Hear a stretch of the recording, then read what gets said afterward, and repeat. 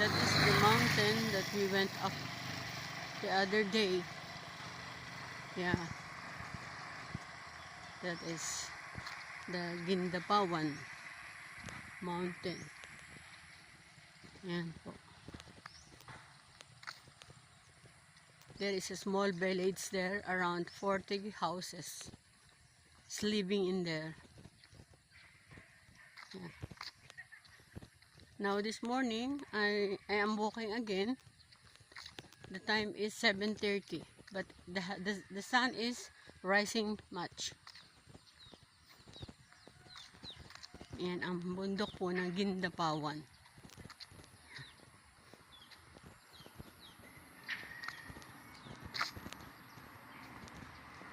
Please like and subscribe po Nanay Lynn channel and I.